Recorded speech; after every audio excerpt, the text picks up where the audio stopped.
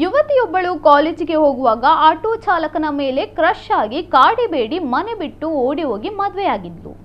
ಆದರೆ ಮದುವೆಯಾದ 2 ವರ್ಷಕ್ಕೆ ತನ್ನ ಪತಿಯ ಆತ್ಮೀಯ ಸ್ನೇಹಿತನೊಂದಿಗೆ ವಿವಾಹವಾಗಿ ಗಂಡನಿಗೆ ಶಾಕ್ ನೀಡಿದ್ದಾಳೆ. ಈ ಘಟನೆ ನಡೆದಿದ್ದು ಮಂಡ್ಯದಲ್ಲಿ. ರಕ್ಷಿತಾ ಮೋಸ ಮಾಡಿದ ಪತ್ನಿ, ಸಾಗರ್ ಮೋಸ ಹೋದ ಆಟೋ ಚಾಲಕ. ಈತನ ಸ್ನೇಹಿತ ಇಂದ್ರ ಈಕೆಯನ್ನು ತಂಗಿ ಎಂದೇ ಕರೆಯುತ್ತಿದ್ದ. ಆದರೆ ಈ ಕಿಲಾಡಿ ಲೇಡಿ ತನ್ನ ಗಂಡನ ಕಣ್ಣಿಗೆ ಮಣ್ಣೆರಚಿ ಮನೆಯಲ್ಲಿದ್ದ 1 ಲಕ್ಷ ರೂಪಾಯಿ ನಗದು ಹಾಗೂ 22 ಗ್ರಾಂ ಚಿನ್ನಾಭರಣ ದೋಚಿ ಗಂಡನ ಸ್ನೇಹಿತನೊಂದಿಗೆ ಪರಾರಿಯಾಗಿದ್ದಾಳೆ. ಅಷ್ಟೇ ಅಲ್ಲದೆ ಮದುವೆ ಫೋಟೋಸ್ ಅನ್ನು ಪತಿಗೆ ಕಳುಹಿಸಿದ್ದು ವಾಟ್ಸಪ್ ಸ್ಟೇಟಸ್ ಕೂಡ ಹಾಕಿದ್ದಾಳೆ. ಇದನ್ನು ನೋಡಿದ ಸಾಗರ್ ಹಾಗೂ ಆತನ ಕುಟುಂಬಸ್ಥರು ಅಕ್ಷರಶಃ ಬೆಚ್ಚಿ ಬಿದ್ದಿದ್ದಾರೆ. ಇನ್ನು ಈ ಬಗ್ಗೆ ಪತ್ನಿಯಿಂದ ಡಿವೋರ್ಸ್ ಮತ್ತು ಹಣ ಒಡವೆ ಕೊಡಿಸುವಂತೆ ಪೊಲೀಸರಿಗೆ ದೂರು ನೀಡಿದ್ದಾನೆ.